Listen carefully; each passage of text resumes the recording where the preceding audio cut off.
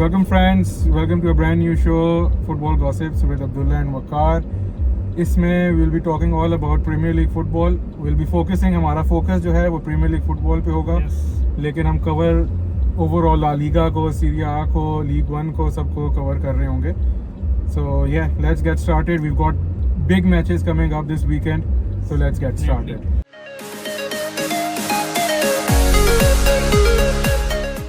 So guys कल फिर बहुत ज़बरदस्त मैच होने जा रहा है चेल्सी का और वेस्ट हैम का।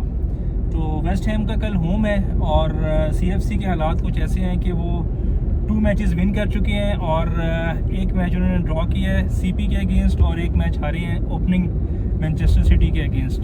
तो सीएफसी फैंस के लिए काफ़ी एक अच्छा मैच है, मगर अवे मैच है और सीएफसी फैंस काफ़ी होपफुल हैं कि कल का मैच भी विन करेंगे ये। तो मेरे साथ जो हैं वो अब्दुल्ला भाई हैं, तो ये भी अपनी ओपिनियन बीच में। लेकिन वकार भाई आप बिल्कुल चेल्सी फैंस के लिए एक बहुत एक्साइटिंग पीरियड है। एक्साइटिंग है, कुछ के लिए शायद ना हो एक्साइटिंग, लेकिन खैर अभी हम चलते हैं उस न्यूज़ की तरफ। रीस जेम्स का बहुत अच्छा टैलेंट है, मगर फिर वो उसकी रिकवरी एज पर प्लान नहीं चल रही, बिल्कुल स्लो उसकी रिकवरी हो रही है और अभी तक सुनने में आया कि अभी वो ड्रॉस पे भी वापस नहीं आया। तो हमारे लिए ये सिट बैक है। और एक और इशू ये है कि जो उसका सब्स्टिट्यूट है मालो गुस्तो, वो भी जो है आजकल जो है अनफॉर्चुनेटली इंजर्ड है और शायद माइट भी उसने ट्रेनिंग स्टार्ट कर दी है, मगर हमारे लिए जो राइट बैक की एक स्लॉट है वो फील्ड नहीं है और हमें डिसासी को खिलाना पड़ा जो कि एक सीबी है। तो सबसे शॉकिंग जो कि पता नहीं सर सीबी है भी कि नहीं, उसके तो सीबी होने पे भी इस टाइम डाउट है और उसकी जो लास्ट परफॉर्मेंस जो उसने दी है वो तो ऐसे है कि जस्ट ऐसे ही उठ के आ गया वो ग्राउंड में और खेलना स्टार्ट कर दिया उसने। सो सबसे ज़्यादा जो है हमें उसी चीज़ का इशू है। रीस जेम्स, अब सुनने में आ रही है, कोई एक न्यूज़ आई थी, गॉसिप आई थी कि हम राइट बैक जो है वो शायद लेंगे इस ट्रांसफ़र विंडो में। तो सबसे बिल्कुल सर लेना हमें पड़ेगा वकार भाई, आपकी बात बिल्कुल ठीक है, क्योंकि रीस जेम्स इंजरी प्रोन, अब मेरे नहीं ख्याल से कि वो वापस द रीस जेम्स बन के वापस आ सकता है। और मालो गुस्टो के ऊपर हम एक के ऊपर रिलाई कर नहीं सकते। We have zero backup as a right back option. बिल्कुल। और सेकेंडली मैं आपकी बात को कट कर रहा हूँ, मगर एक चीज़ मेरे जहन में आई थी कि वो 300K प्लस सैलरी ले रहा है, तो उसकी वजह से हमारा जो आजकल हमने अपना सैलरी पैकेजेस सारा एक स्लॉट बनाई है वो 60K से ऊपर नहीं है एवरेज। तो हमने बड़ा अच्छा सैलरी एक स्ट्रक्चर बनाया है और उसके हिसाब से हम बड़ा अच्छा चल रहे हैं। ये क्रेडिट जाता है इस नई ओनरशिप को, और जिसने इतने बड़े प्लेयर्स को, इतने बड़े नाम Enzo Fernandez world cup winner, Cole Palmer जैसे स्टार्स को हम बहुत अच्छी बहुत लो वेजेस जो है, है मतलब आप कंपैरेटिवली देखें, इसी वेज स्ट्रक्चर की वजह से ओसीमैन के पीछे हम जो कंफर्म आ रहा था वो नहीं लिया हमने। स्टार्ट में जो सीपी का प्लेयर था ओलिसे, वो भी ऑलमोस्ट उसके साथ टर्म्स एग्रीड हो गई थी, मगर सैलरी जो है वो ज़्यादा डिमांड कर रहा था, तो उसकी वजह से हमने भी जो है उससे बैकआउट हो गए हम। तो अब कल का जो मैच है उसके लिए सबसे मेन इंपॉर्टेंट जो मेरे जहन में अभी चीज़ आ रही है वो निकोलस जैक्सन है। आप पता नहीं उस चीज़ से एग्री करते हैं या नहीं करते, मैं तो बिल्कुल इस चीज़ से एग्री करता हूँ कि वो अच्छा स्ट्राइकर होगा, मगर वो इतने चांसेस मिस करता है कि अब जैसे मैच 0-0 पे टाइट है तो उसमें आपको एक चांस ही मिलेगा। बिल्कुल। अब वो चांस अगर आपने ना अवेल किया तो वो फिर मैच तो फिर नहीं होगा। जिस तरह प्रीमियर लीग कॉम्पिटिटिव होती जा रही है कि कोई किसी भी मैच को आप ये नहीं कह सकते कि इसमें से कौन जीतेगा। On that day anything is possible. एक मैन सिटी को आप निकाल दें, मैन सिटी में फिर भी होता है कि मैन सिटी शायद जीत जाएगी, लेकिन उसके अलावा the league is so competitive कि उसमें अगर आप अपने चांसेस को अवेल नहीं करेंगे तो फिर चाहे कोई भी टीम हो वो आपको माफ़ नहीं करेगी। बिल्कुल। और निकोलस जैक्सन की आपने बात की, he may be a striker but he is not a finisher. बिल्कुल ऐसी बात है, वो ज़्यादातर बॉल पीछे से लेके आ रहा होता है, वो विंगर्स के साथ ही चल रहा होता है, मतलब विंगर्स हमारे पहुंच जाते हैं विंग पे और जब वो देखते हैं तो उनको स्ट्राइकर कोई बॉक्स में नज़र ही नहीं आ रहा होता, क्योंकि जैक्सन उनके साथ ही हाफ लाइन से भागते हुए चले आ रहे होते हैं। और उसके अलावा जॉन ओबी मिकेल का आपको इंटरव्यू याद होगा जिसमें उन्होंने जैक्सन के बारे में बड़े सुनहरी अल्फाज इस्तेमाल किए, और जिसका उसके बाद उनका रिएक्शन भी आया था एक गोल करने के बाद, और फायरी रिएक्शन भी आया था जैसे उन्होंने किया था। बिल्कुल आया, काफी कंट्रोवर्सी जॉन ओबी मिकेल की बात में काफी वजन था। ही हैड अ पॉइंट कि जैक्सन की फिनिशिंग, और उसमें वो एक आजकल एक वर्ड आपने सुना होगा बड़ा चल रहा है, ऑरा का। ऑरा, बिल्कुल। जैक्सन में वो स्ट्राइकर वाला ऑरा नहीं है, उसकी शूट्स में बिल्कुल पावरलेस शूट्स होती हैं। मतलब आप एक स्ट्राइकर का एक रोब, एक जो एक प्रेजेंस फील होती है बॉक्स के अंदर जिससे डिफेंडर्स डरते हैं, बिल्कुल वो जैक्सन की बिल्कुल भी नॉन एग्जिस्टेंट है ही नहीं, जिसकी वजह से I am not fully convinced कि हमें उसको रखना चाहिए था। लेकिन पता नहीं फॉर्चुनेट है कि अनफॉर्चुनेट है कि हमने उसको एक्सटेंशन भी दे दी है, and we are fully relying on his finishing skills and his abilities or disabilities, we don't know what is that, but ये कि चले ये इसके ऊपर तो होगी बात। आई होप सो कि वो फायर करे और कल गोल करे। बिल्कुल, being a Chelsea fan we ठीक है। डेफिनेटली वांट कि वो ज़्यादा स्कोर करे, गोल्डन बूट विनर बन जाए बेशक, अच्छा। विच इज़ इम्पॉसिबल हालैंड के होते हुए वैसे। लेकिन अच्छा अब्दुल्ला भाई, मेरा कल एक मैच जो है हमारा, उसके ऊपर एक बड़ा अहम सवाल है कि हमारा जो लेफ्ट विंग है वो ज़्यादा सैचुरेटेड हो गया है। आपको पता है कि जैसे मोड्रिक है वो भी लेफ्ट पे था, स्टर्लिंग तो अब चला गया लोन पे आर्सेनल, तो मोड्रिक के अलावा हमारे पास अब सांचो है और हमारे पास फिलिक्स भी अब उसी ऑप्शन पे आ गया है। तो हमारे पास नेटो भी है जो कि राइट लेफ्ट बोथ साइड्स का प्लेयर है। तो आपको क्या लगता है कि हमारा जो लेफ्ट विंग है वो इतना सैचुरेटेड होने के बाद हमें फिर कौन सा प्लेयर कल खिलाना पड़ता है? इसलिए कि जो नेटो है वो ज़्यादातर हमने यही उसको ऑब्जर्व किया है कि वो काउंटर अटैकिंग फुटबॉल का ज़्यादा प्लेयर है। वो लेता है एकदम बॉल, उसका पेस इतना है कि वो जैसे ही आपको आगे फ्रंट पे बॉल आएगी वो उधर से लेके आपको अटैक बना देगा। मगर अगर लो ब्लॉक्स के अगेंस्ट तो वो बिल्कुल, आपने चेक किया तो मैचेस में वो बिल्कुल ऐसे रहा जिस तरह क्वाइट था बिल्कुल। तो फिर हमें सब करके सांचो को लेके आना पड़ा, और सांचो ने क्या ज़बरदस्त अमेजिंग गेम के लिए। तो आपको क्या लगता है कि लेफ्ट विंग पे हम क्या, आपकी जो आखिरी बात है इसी में ही आंसर है। अच्छा कि we have to go with Sancho. Okay, जो मैं अपना अटैक खिलाऊं, आई वुड प्रेफर वो होगा सांचो ऑन द लेफ्ट, आपका Cole Palmer obviously the CAM number 10, और राइट पे I would still go with Noni Madueke, और स्ट्राइकर आई वुड प्रेफर कि हम एनकुंकू को फॉल्स नाइन खिलाएं। He deserves it. स्ट्राइकर भी है एक हिसाब से, उसने कहा कि मुझे स्ट्राइकिंग रोल पसंद है, स्ट्राइकिंग रोल पसंद है। उसको। उसने बिल्कुल पहुंच के होते हुए एक इंटरव्यू में उसने यही बोला था कि मुझे स्ट्राइकिंग रोल पसंद है क्योंकि उसमें मुझे ज़रा फ्रीडम ज़्यादा होती है, आई हैव मोर स्पेस। तो और उसने पिछले मैच में आपको विनिंग गोल निकाल के भी दिया। तो मेरे ख्याल से, लेकिन आई एम 100% श्योर कि ये लाइनअप कल नहीं होगी, जैक्सन लाजमी होंगे। ठीक है, वो उसको I hope Enzo Maresca manager proves का me trust wrong, है। but जी, अनफॉर्चुनेटली यही होगा। हाँ, और डिफेंडर्स का मेरे ख्याल से कल फफाना और कोलविल जो है, आई गेस वही है फफाना, दोनों, कोलवेल, और कुकू। कुकुरेला होगा, और जो लेफ्ट बैक है या राइट बैक जो है वो Right अभी back। तक कंफर्म नहीं है वो हमारा नहीं है, कि वो कौन होगा। मोस्ट प्रॉब्ली डिसासी के साथ ही हम सासी के जाएं। साथ ही जाए, मगर वो एक रिस्की है हमारे लिए बहुत ज्यादा, इसलिए कि वो लास्ट टाइम उसे पता ही नहीं था कि उसने कवर करना है किसी और को, हमारी वो इशारे करता था उसको कि आपने लैक पकड़ना ऑफ था ये player। कम्युनिकेशन है। और एक चीज़ जो मैंने नोट किया है हमारे डिफेंडर्स में, जो एक तो कम्युनिकेशन ही और कमिटमेंट लेवल वो नहीं होता। बिल्कुल मैंने ऐसा ही। आर्सेनल का उस दिन आर्सेनल का मैच देखा था, तो उसमें एक they was a clear difference कि उनकी जो डिफेंसिव लाइन थी दे वर फुली कमिटेड। बिल्कुल उसमें ऐसा ही। उन्होंने हाफ नहीं छोड़ा हुआ था कि वो कवर कर लेगा, ये कवर कर लेगा।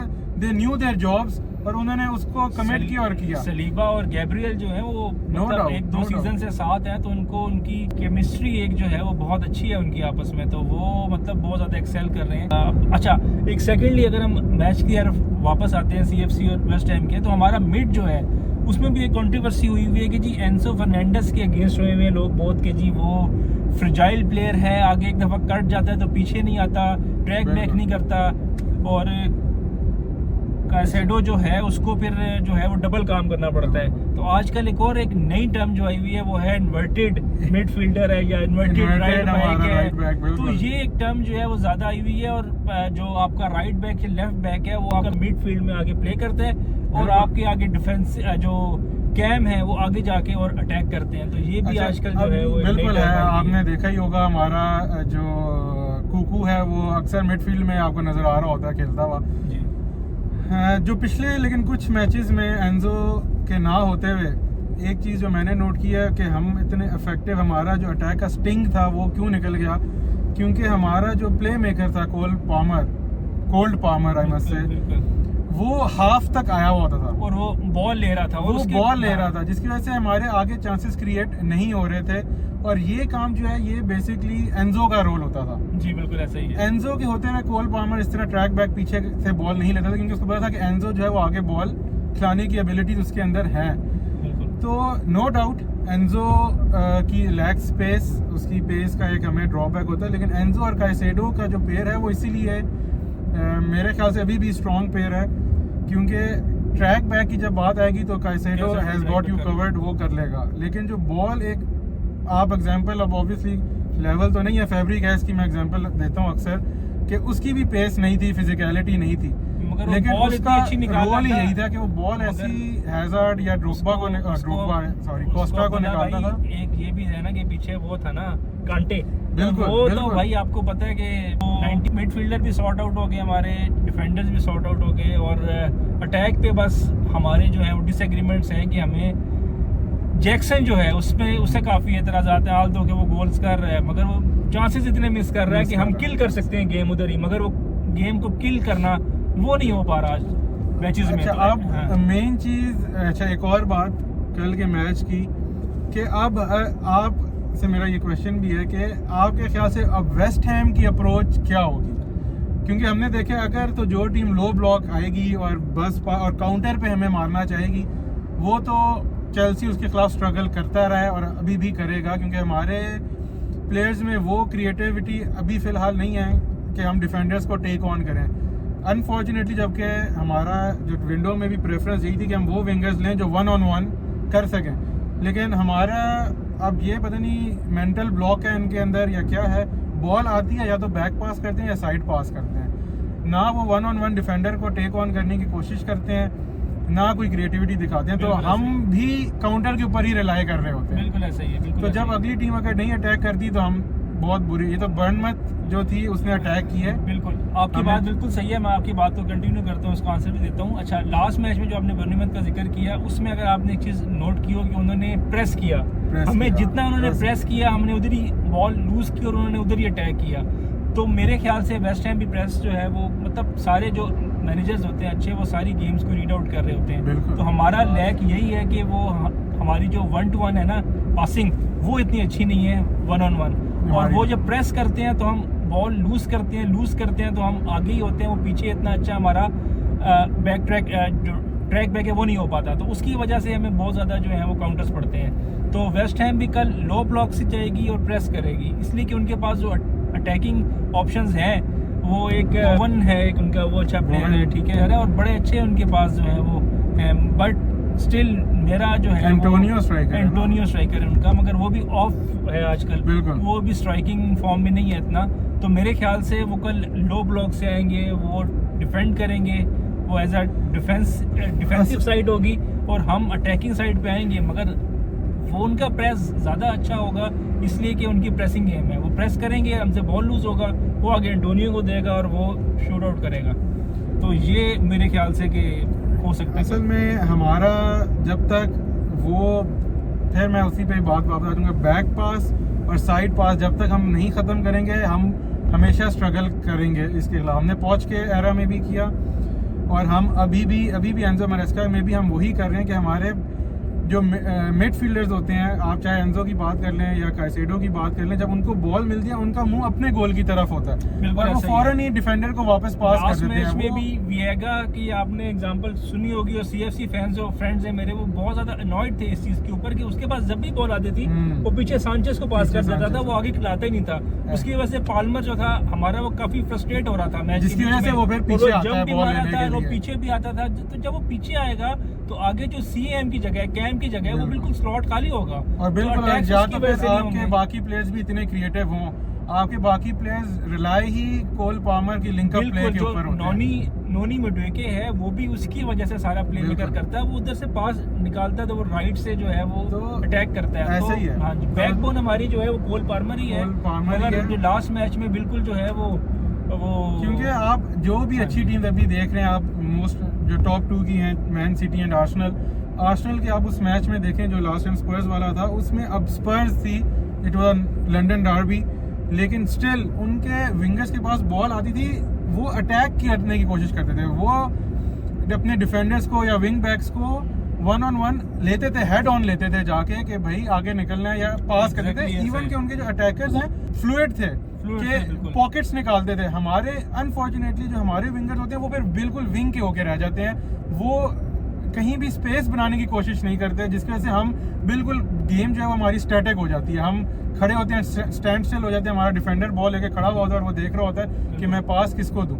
तो जब तक इस चीज़ को केटर नहीं करेगा एंजो मैरेस्का, तो अनफॉर्चुनेटली हम जितना भी टैलेंट ले आए हम sorry to cut you out, आज इसकी स्टेटमेंट आई है फिर जो कॉन्फ्रेंस होती है, मैच कॉन्फ्रेंस, उसमें आज उसने फिर कहा है कि मुझसे बोर्ड ने ये नहीं कहा कि आपने टॉप 4 फिनिश करना है। आज उसने फिर एक दफ़ा ये बात रिपीट की है जो मुझे लगी है। मैं वैसे बेसिकली बोर्ड को और मैनेजर को वक्त देता हूँ, बोर्ड के साथ हूँ और मैनेजर के साथ भी हूँ, मगर मैनेजर जो है वो अब CFC एक ह्यूज क्लब है, वन ऑफ द बेस्ट है, उसको ये मेंटालिटी नहीं रखनी चाहिए कि भाई आप जो है वो टॉप 4 में बेशक ना आए, 5-6 पे आप कवर करें। भाई क्यों ये क्यों हम हमेशा आपको पता है कि CL प्ले करते आए हैं, ठीक है, हमने 2 CL विंस भी की हुई हैं, ठीक है, तो मतलब हमने जो है वो टॉप 4 हमारा चैंपियंस लीग जो है उससे हम जाने पे जाने मैनेजर को बिल्कुल मैनेजर को टाइम देना चाहिए, प्लेयर्स को टाइम देना चाहिए। ठीक है, दे आर ह्यूमंस, केमिस्ट्री एक बिल्ड होने में टाइम लगता है, नो डाउट, लेकिन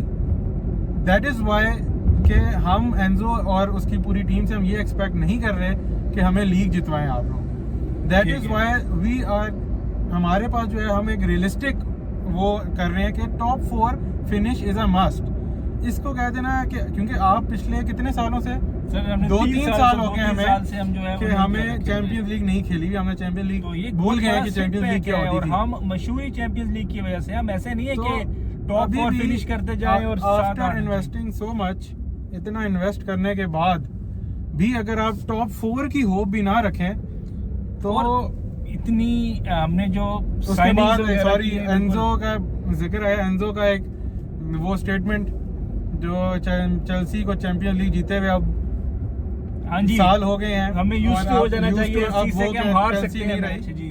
आप देख लें, हम जब भी चैंपियंस लीग जीते 2012 में जीते, we were never the favourites, और इवन हम टॉप उसमें भी नहीं थे, हम लीग में 6th नंबर पे आए हुए थे बिल्कुल, लेकिन हम चैंपियंस लीग विन कर गए। पैशन था, नो डाउट, बहुत जबरदस्त, मिकेल, राउल मरेलेस, बहुत अच्छे प्लेयर थे हमारे उसमें। ये एक ऑब्वियसली इनका एक PR स्टंट होता है, एक मीडिया का एक PR टीम होती है, वो बताती है ऑब्वियसली ज़्यादा हाई होप्स कर लेंगे, नहीं डिलीवर कर पाए तो इनके ऑब्वियसली काउंटर इनको हो जाएगा कि भाई आप तो कह रहे थे कि हम टॉप 3, जिससे आप स्पर्स की एग्जांपल ले लें जी। अब स्पर्स के मैनेजर ने कह दिया है कि जी मैं यूजली सेकंड सीजन में ट्रॉफीज जीतता हूँ जी, बिल्कुल, अब उसके ऊपर प्रेशर आ गया, बिल्कुल उसके ऊपर प्रेशर आ गया। ओके अब्दुल्ला भाई, ये इस सारी डिस्कशंस को हम वाइंड अप करते हैं। जो CFC वर्सेस वेस्ट हैम का मैच है उसके बारे में आपका क्या ख्याल है कि कितने पे जो है वो चेल्सी इसको फिनिश करेंगे? मेरी और what is your prediction for Chelsea versus West Ham?